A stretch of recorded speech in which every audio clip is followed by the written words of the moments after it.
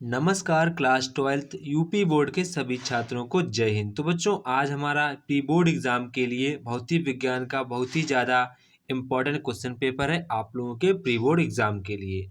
बच्चों आपको इस क्वेश्चन पेपर में सभी के सभी प्रीवियस ईयर क्वेश्चन पेपर देखने को मिलेंगे।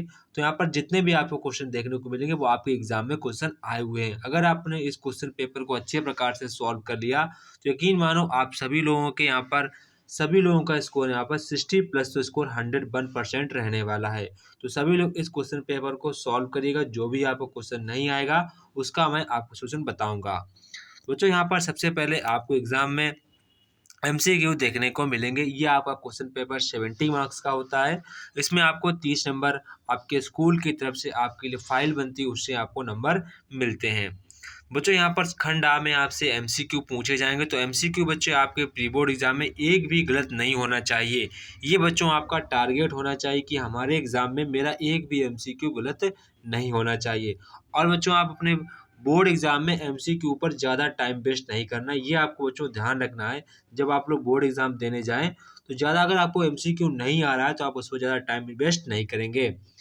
अपने किसी फ्रेंड से वहाँ पर पूछ सकते हैं, इतनी सख्ती नहीं होती है। आप ध्यान रखेंगे कि आपका कोई भी एमसीक्यू गलत नहीं होना चाहिए। अगर आपका एमसीक्यू गलत हो जाता है तो आपकी नंबर मार्किंग थोड़ी-सी कम हो जाती है, क्योंकि जो कॉपी चेक करता है उसको ऐसा लगता है कि जिस बच्चे के एमसीक्यू सही नहीं है तो उसको नॉलेज कम है। तो सभी लोगों को ये प्रयास करना है कि हमारे सभी के सभी एमसीक्यू सही जाएँ, कोई भी एमसीक्यू गलत ना जाए।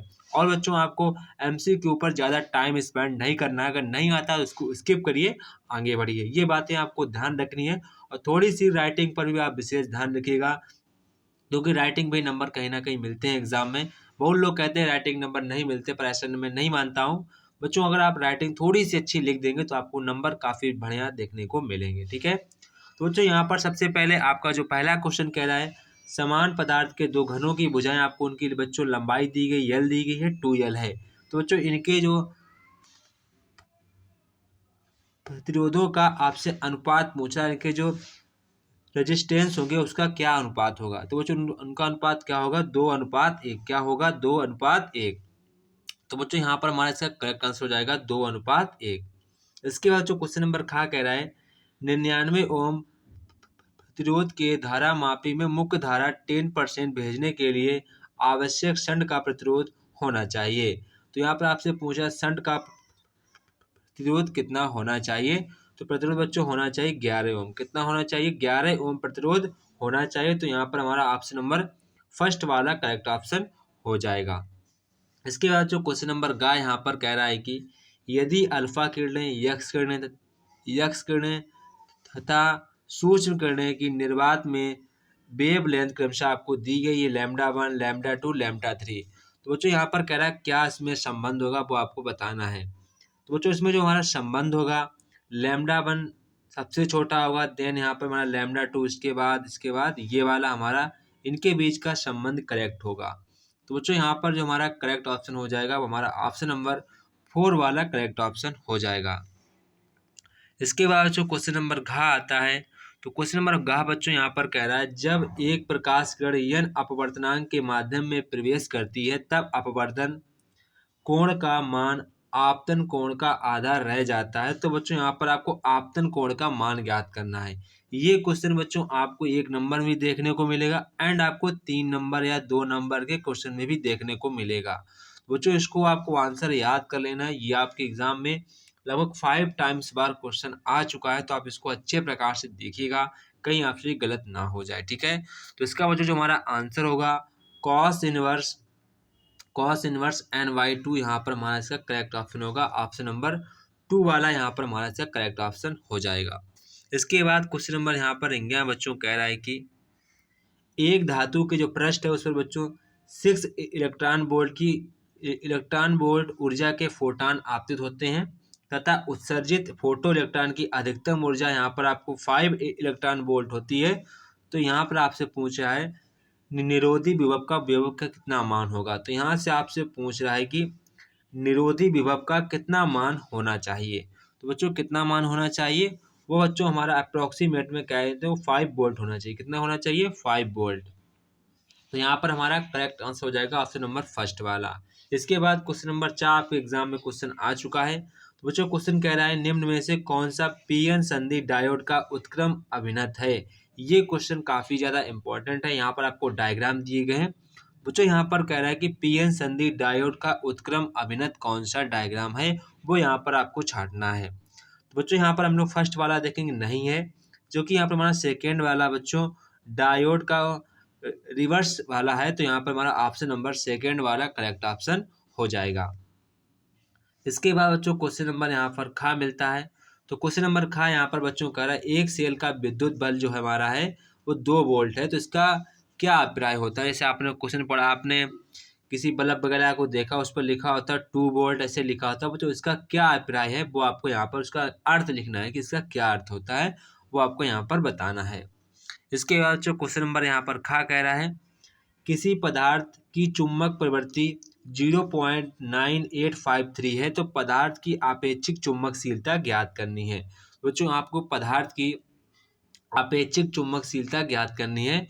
तो बच्चों हमारी हो जाएगी 1.9853, ये हमारी इसकी चुंबकशीलता हो जाएगी। आप इसको सॉल्व करिए। अगर आपको कोई क्वेश्चन नहीं आता है तो आप मुझे कमेंट बॉक्स में बता सकते हो, वहाँ पर मैं अपना नंबर मेंशन कर दूंगा, ठीक है। वहाँ से आप लोग मुझे पूछ सकते हैं। जो भी आपको क्वेश्चन नहीं आएगा मैं उसका कमेंट बॉक्स में अपना नंबर मेंशन कर दूंगा, वहाँ से आप मुझे व्हाट्सअप कर सकते हैं। जो भी आपको क्वेश्चन नहीं आएगा वो मैं बता दूंगा, ठीक है। तो बच्चों यहाँ पर हमारा नेक्स्ट क्वेश्चन नंबर गा कह रहा है एक हेनरी स्वापेरर गुणांक की परिभाषा दीजिए। काफी ज्यादा इंपॉर्टेंट क्वेश्चन है, आपके हर एक बार एग्जाम में पूछा हुआ क्वेश्चन है। तो सभी लोग इस क्वेश्चन को अच्छे प्रकार से रेडी कर लीजिए। ये आपके एग्जाम के लिए 5 स्टार मार्क क्वेश्चन है। आपके बोर्ड एग्जाम में 101% इस बार आएगा। इसको सभी लोग अच्छे प्रकार से तैयार कर लीजिए। इसके बाद बच्चों क्वेश्चन नंबर घ यहाँ पर कह रहा है कि एक समतल वैद्युत चुंबकीय तरंग के वैद्युत क्षेत्र का बच्चों आपको आयाम दिया गया है, एप्टीट्यूड दिया गया है, उसको वोल्ट मीटर है। आपको बीमा भी ध्यान रखनी है। इसके चुंबकीय क्षेत्र का आयाम बच्चों आपको ज्ञात करना। क्या ज्ञात करना है, यहाँ पर देखो आपको वैद्युत क्षेत्र का आयाम दिया गया है। तो बच्चों यहाँ पर आपको चुंबकीय क्षेत्र का आयाम ज्ञात करना। तो बच्चों यहाँ पर हमारा चुंबकीय क्षेत्र का आयाम होगा 10⁻⁻12 टेस्ला। क्या होगा, टेस्ला। देखो बच्चों यहाँ पर बच्चों टेस्ला हमारी वैद्युत क्षेत्र की उसी का मात्रक होता है, तो आपको ध्यान रखनी है। तो इसका हमारा वैद्युत क्षेत्र का आयाम कितना होगा, 10⁻⁻12 टेस्ला। तो ये हमारा बच्चों इसका करेक्ट आंसर हो जाएगा। इसके बाद जो क्वेश्चन नंबर 11 कह रहा है आपको जो भी आंसर नहीं आ रहा आप कमेंट बॉक्स में नंबर देखेंगे, वहां से आप मुझे मैसेज कर सकते हैं।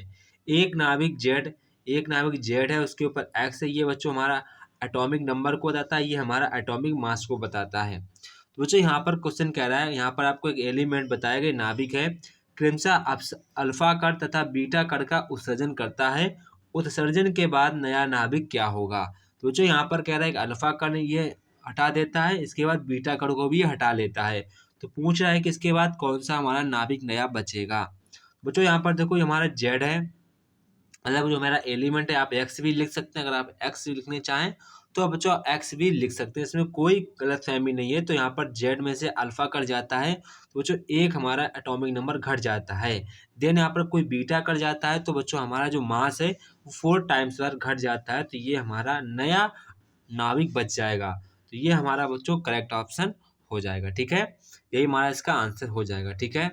इसके बाद बच्चों यहाँ पर क्वेश्चन नंबर 4 कह रहा है फोटो डायोड का सिद्धांत क्या है। तो देखो बच्चों ये भी क्वेश्चन आपके एग्जाम के लिए काफी ज्यादा इंपॉर्टेंट है। आप सभी लोग क्वेश्चन को 5 स्टार मार्क दे लीजिए। आपके बोर्ड एग्जाम में 101% आपको देखने को मिलेगा 2025 के एग्जाम में। तो सभी लोग क्वेश्चन पेपर को अच्छे प्रकार से तैयार करिएगा। इसके बाद बच्चों यहाँ पर आपका खंड सा आता है। बच्चों खंड सा में आपको कह रहा है कि 1 वोल्ट विद्युत भाग बल तथा 3 ओम आंतरिक प्रतिरोध वाली सेल को एक प्रतिरोध के साथ श्रेणी क्रम में जोड़ा जाता है। यदि परिपथ में 0.5 एम्पीयर की धारा हो तो प्रतिरोध का प्रतिरोधक का प्रतिरोध व सेल के सिरों के बीच आपको बच्चों वोल्टता ज्ञात करनी है। तो यहाँ पर आपको जो आपके सिरे होंगे उनके बीच में आपको वोल्टता ज्ञात करनी, कितने वोल्ट यहाँ पर हमारी विद्युत धारा बह रही, कितना हमारा वोल्ट यहाँ पर यहाँ इधर से इधर जा रहा है, तो वो आपको बताना है। तो जो सबसे पहले आपसे पूछ रहा है कि इनका आंतरिक रेजिस्टेंस कितना होगा एंड आपसे पूछ रहा है कितना वोल्ट बहेगा। तो बच्चों यहाँ पर जो हमारा फाइनली यहाँ पर कुल रेजिस्टेंस होगा वो बच्चों यहाँ पर हमारा होगा 17 ओम होगा। एंड यहाँ पर जो हमारा बोल्ट होगा वो हमारा 8.5 समथिंग के बोल्ट यहाँ पर हमारा फ्लो करेगा। तो यहाँ पर ये हमारा इसका आंसर हो जाएगा। ठीक है, ये आपका न्यूमेरिकल है। न्यूमेरिकल पे बच्चों ज़्यादा फोकस करिएगा, ये आपके एग्जाम के लिए काफ़ी ज़्यादा इंपॉर्टेंट होते हैं और आपका समय भी बचाते हैं। ध्यान रहे आपको न्यूमेरिकल वही करना है जिस पर आपको फुल कॉन्फिडेंस हो कि मैं इसको कर लूँगा, वही वाला करना, वरना आप थ्योरी भी कर सकते हैं। बच्चों यहाँ पर आपका खा वाला कह रहा है एक वस्तु 15 सेंटीमीटर की फोकस दूरी वाले अपतल दर्पण के सम्मुख रखा गया है। वस्तु का प्रतिबिंब वास्तविक तथा 3 गुना बड़ा बनता है। तो वस्तु के दर्पण की दूरी आपको ज्ञात करनी है, यानी कि आपको v का वैल्यू ज्ञात करना है। तो यहाँ पर हमारा जो v का वैल्यू यहाँ पर आ जाएगा वो यहाँ पर हमारा माइनस का 20 सेंटीमीटर है। कितना आएगा? माइनस का 20 सेंटीमीटर आएगा। इसके बाद जो क्वेश्चन नंबर यहाँ पर गा कह रहा है कि एक फोटान तथा अल्फा कण से संबंधित समान डी ब्रॉगली वेवलेंथ के लिए आवश्यक विभवों का अनुपात आपको ज्ञात करना है। कितना विभव का अनुपात होगा? तो बच्चों उनका अनुपात कितना होगा? ये हमारा हो जाएगा अल्फा कण के लिए, ये हमारा प्रोटॉन के लिए हो जाएगा, ये हमारा अल्फा कण के लिए हो जाएगा। तो इनका जो अनुपात होता है वो हमारा होता है 8/1, यानी कि 8:1 इनका हो जाएगा। ठीक है, इसके बाद क्वेश्चन नंबर घ यहाँ पर बच्चों कह रहा है कि नॉर गेट से एंड गेट कैसे प्राप्त करने, वो आपको यहाँ पर लिखना है। इसके बाद नॉर गेट से और गेट कैसे प्राप्त करें, वो यहाँ पर आपको लिखना है।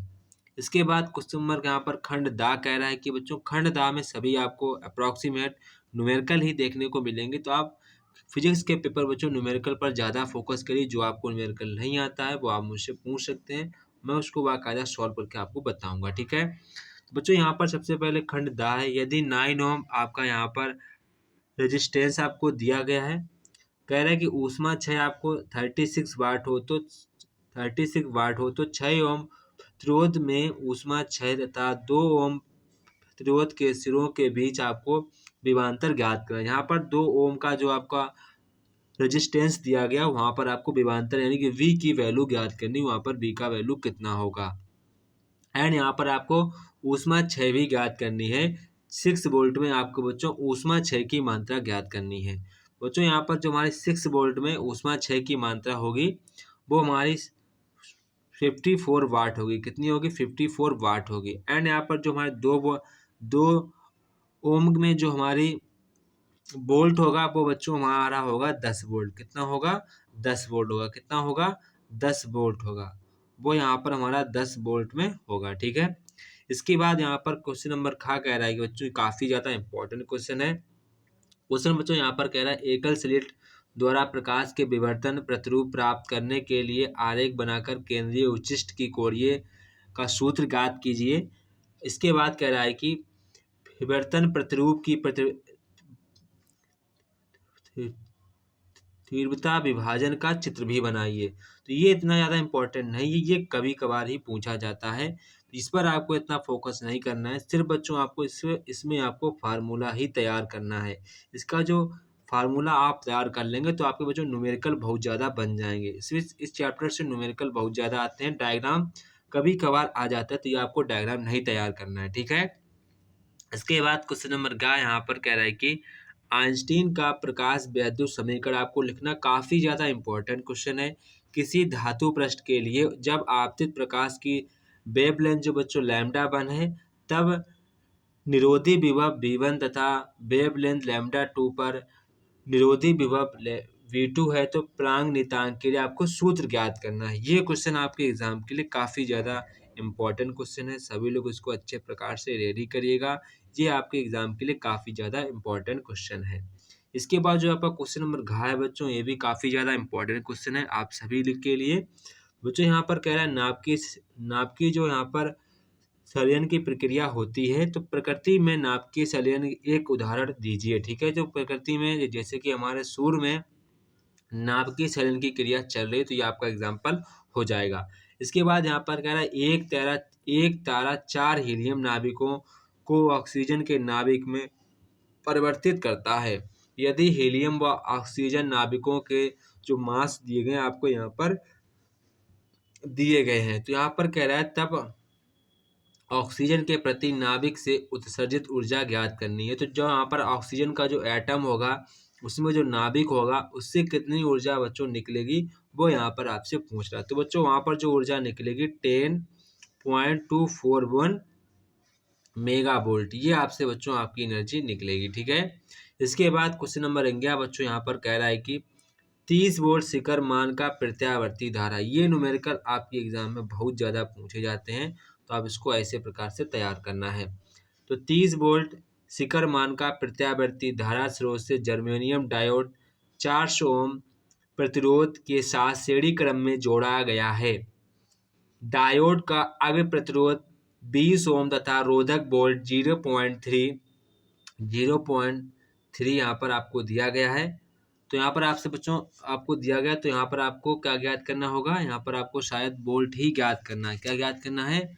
वोल्ट ही आपको यहाँ पर ज्ञात करना होगा। तो क्वेश्चन नंबर हमारा यहाँ पर है ये 4 का। तो यहाँ पर आपको वोल्ट दिया गया है, तो यहाँ पर आपसे क्वेश्चन कह रहा है कि तो यहाँ पर आपको नीचे क्वेश्चन दिया गया है, वोल्ट है, डायोड में शिखर तथा लोड के सिरों के शिखर वोल्टेज आपको यहाँ पर ज्ञात करना है। क्या ज्ञात करना है? शिखर वोल्टेज आपको ज्ञात करना है। यदि डायोड को आदर्श मान लें कि ये माना कि हम लोग ये मान लेते हैं कि डायोड जो हमारा है वो आदर्श है, मतलब कि म्यूचुअली वो यहाँ पर जितना इधर वर्क करेगा उतना इधर वर्क करेगा, तो हम लोग इसको बच्चों आदर्श मान लेते हैं।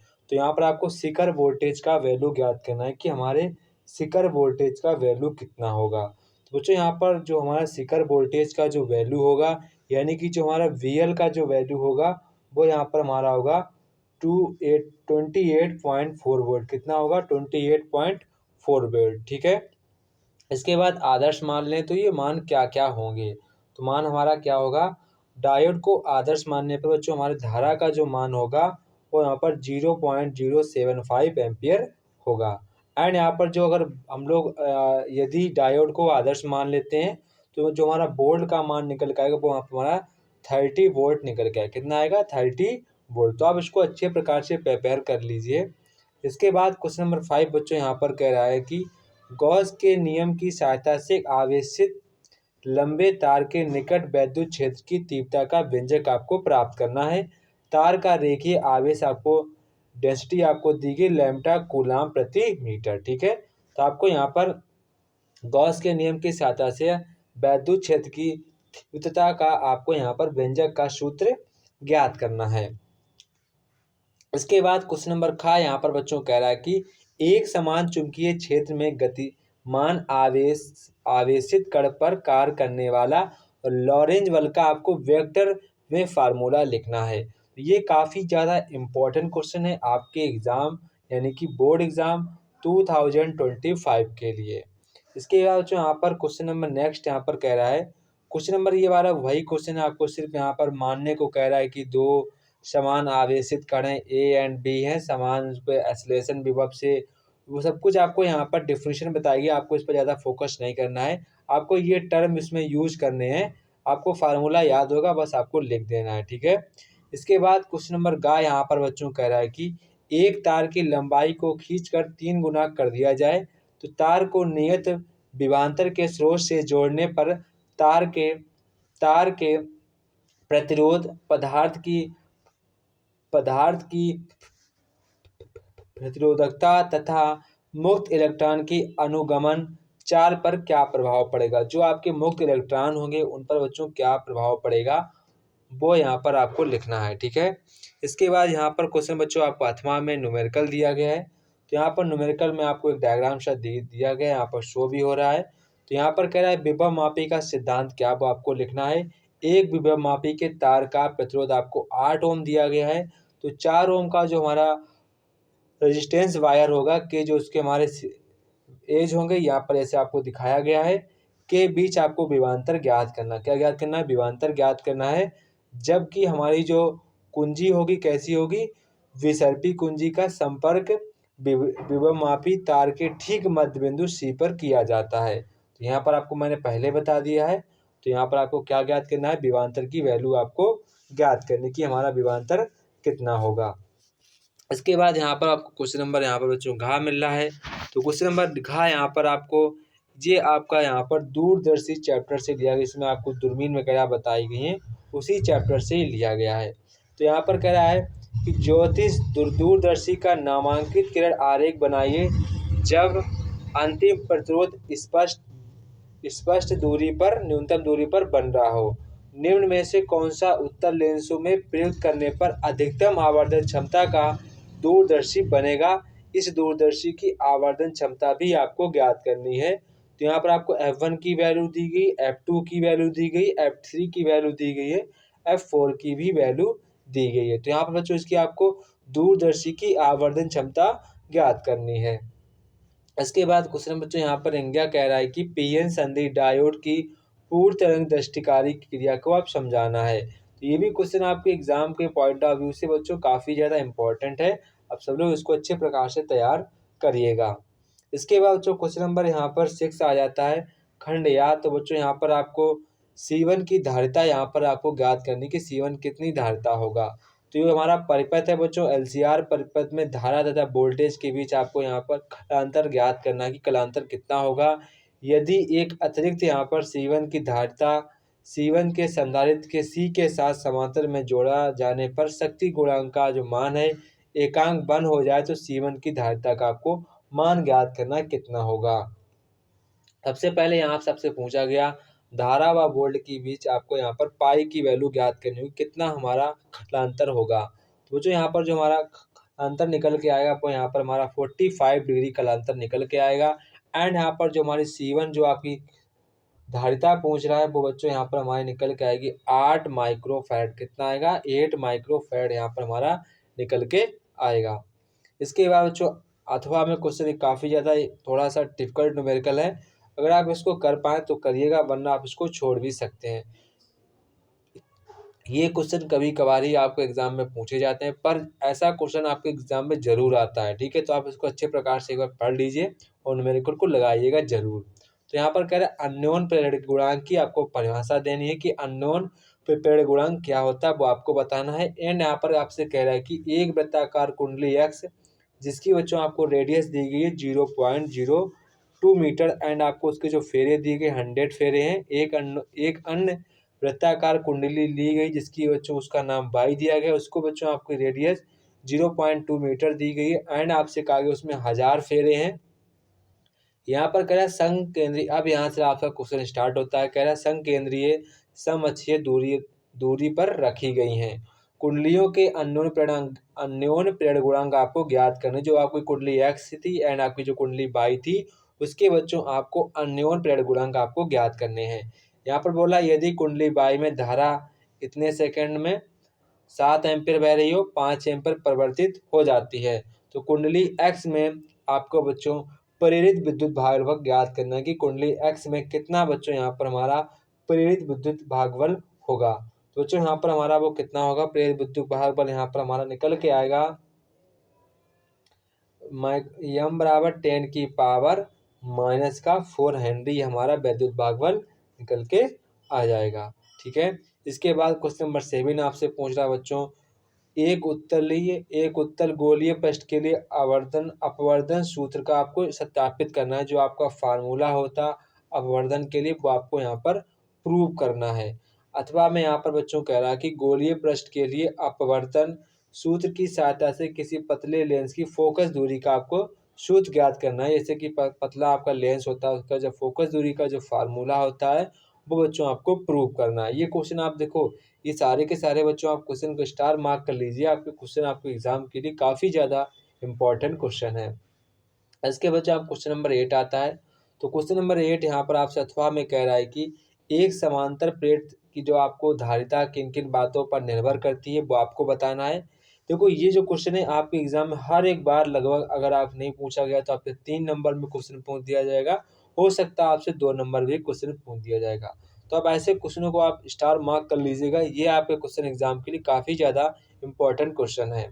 तो यहाँ पर बच्चों कह रहा है कि एक समांतर प्लेट की जो आपकी वायु की धारिता यहाँ पर आपको दी गई 3 माइक्रोफैरड दी गई है के वैद्युतांक तथा 3D/4 मोटाई की प्लेट को जब संधारित्र की प्लेटों के बीच में रखते हैं, तब संधारित्र की धारिता यहाँ पर 6 माइक्रोफैराड हो जाती है।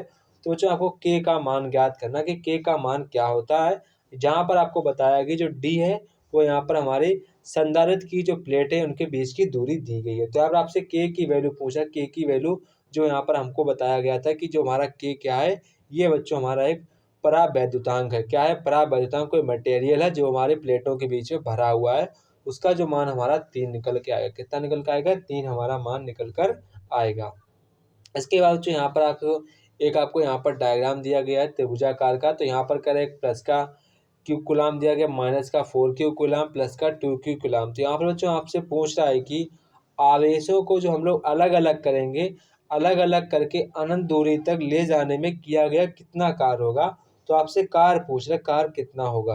तो बच्चों यहाँ पर जो हमारा कार्य होगा 10 जूल आएगा। कितना आएगा? 10 जूल यहाँ पर हमारा कार्य निकल के आ जाएगा। देखो आप इस न्यूमेरिकल को इम्पॉर्टेंट कह लीजिए, क्योंकि ये जो न्यूमेरिकल है कभी कभार पूछ दिया जाता है, पर ये न्यूमेरिकल थोड़ा सा टफ है। तो आप इसको सभी अच्छे प्रकार से लगाने का प्रयास ज़रूर करिएगा। इसके बाद यहाँ पर बच्चों क्वेश्चन नंबर हमारा 9 आता है। तो क्वेश्चन नंबर 9 यहाँ पर बच्चों कह रहा है कि हाइड्रोजन परमाणु के लिए बोर की जो कल्पनाएं हैं, बोर ने क्या क्या कल्पनाएं की थी एटॉमिक को लेकर। तो वो आपको जो यहाँ पर सारे के सारे उनके पास्टुलेट जितने भी उन्होंने दिए थे, जितनी भी उन्होंने कल्पनाएं की थी एटॉमिक मॉडल में, वो आपको यहाँ पर सारी की सारी लिख देनी, क्योंकि 5 नंबर का क्वेश्चन है, लेंथी क्वेश्चन है, तो आपको कुछ भी नहीं छोड़ना है। इसके बाद यहाँ पर कह रहा है बोर की जो कल्पनाएं थी उनका उपयोग करते हुए आपको हाइड्रोजन परमाणु की n कक्षा में घूमते हुए इलेक्ट्रॉन की कक्षीय आवृत्ति का सूत्र स्थापित करना है। जो कक्षीय आवृत्ति का सूत्र होता है, जो हमारा हाइड्रोजन परमाणु में इलेक्ट्रॉन जो घूमता है, उसका बच्चों जो हमारा फार्मूला होगा वो आपको इसको डेराइव करना है। ठीक है, तो ये आपके लिए क्वेश्चन काफ़ी ज़्यादा इंपॉर्टेंट है। आप सब लोग इसको अच्छे प्रकार से यहाँ पर तैयार करिएगा। ठीक है, ये क्वेश्चन आपके एग्जाम में आया हुआ क्वेश्चन है, तो सब लोग इसको अच्छे प्रकार से तैयार करिएगा। इसके बाद जो यहाँ पर हमारा क्वेश्चन नंबर अथवा में कह रहा है कि रेडियो तत्व की अर्धआयु से क्या तात्पर्य। देखो तो ये भी क्वेश्चन हमारा 2 या 3 मार्क्स में क्वेश्चन आ सकता है। तो काफ़ी ज़्यादा इंपॉर्टेंट भी क्वेश्चन है और आपके एग्जाम के लिए सबसे ज़्यादा इंपॉर्टेंट होगा। आपके pre board and board exam के लिए काफ़ी ज़्यादा इंपॉर्टेंट क्वेश्चन है। ठीक है, इसके बाद जो यहाँ पर कह रहा है अर्धआयु का यहाँ पर आपको सूत्र भी दिया गया है। कह रहा है कि सहायता से ज्ञात कीजिए कि किसी रेडियो एक्टिव पदार्थ का जो समय T1 पर सक्रियता R1 तथा समय T2 पर सक्रियता R2 है, तत्व की बच्चों आपको औसत आयु का सूत्र ज्ञात करना है कि औसत आयु का सूत्र क्या होगा। यहाँ पर आपको दिया गया T2 जो हमारा बड़ा है एंड T1 यहाँ पर हमारा छोटा है। यहाँ पर ऐसा क्वेश्चन में पहले से मेंशन किया गया है कि जो हमारी T2 वैल्यू वो बड़ी है और जो हमारी T1 वैल्यू वो हमारी छोटी वैल्यू है। तो इसी को देखते हुए आपको यहाँ पर इसको सॉल्व करना है। ठीक है, देखो बच्चों एक सारे के सारे हमारे इंपॉर्टेंट क्वेश्चन थे। आप इन सभी क्वेश्चनों पर अच्छे प्रकार से अगर आप क्वेश्चन को सॉल्व कर लेते हैं, तो बच्चों मैं यकीन के साथ कहता था जो भी स्टूडेंट इस क्वेश्चन पेपर को यहाँ पर अगर 60 नंबर का भी सॉल्व कर लेता है, तो वो अपने बोर्ड एग्ज़ाम में मैं गारंटी लेता हूँ कि उसके 68 प्लस नंबर तो 70 में 100% होंगे। 70 में उसके 68 प्लस नंबर तो 101% होंगे। अगर आप इस क्वेश्चन पेपर को अच्छे प्रकार से सॉल्व कर लेते हैं, ये क्वेश्चन बहुत ही ज़्यादा क्वेश्चन पेपर टफ था। अगर आप इसको अच्छे प्रकार से सॉल्व कर लेते हैं, तो आपके यहाँ पर बोर्ड एग्ज़ाम में 70 में से 68 नंबर लाने से कोई नहीं रोक सकता है। तो सभी लोग क्वेश्चन पेपर को अच्छे प्रकार से पढ़िएगा। जहाँ भी आपको डाउट रहेगा, कमेंट बॉक्स में बच्चों आपको यहाँ पर मेरा व्हाट्सएप नंबर देखने को मिलेगा, उस पर आप क्वेश्चन पूछ सकते हैं। तो बच्चों अगर हमारे चैनल पर नए हैं तो चैनल को लाइक सब्सक्राइब शेयर जरूर करें। और यहाँ पर थैंक्स फॉर वॉचिंग। अगर आपको किसी अदर सब्जेक्ट पर यहाँ पर क्वेश्चन पेपर चाहिए, तो आप मुझे कमेंट बॉक्स में कमेंट पर बता सकते हैं। जय हिंद बच्चों, फिर मिलते हैं अपने नेक्स्ट वीडियो में।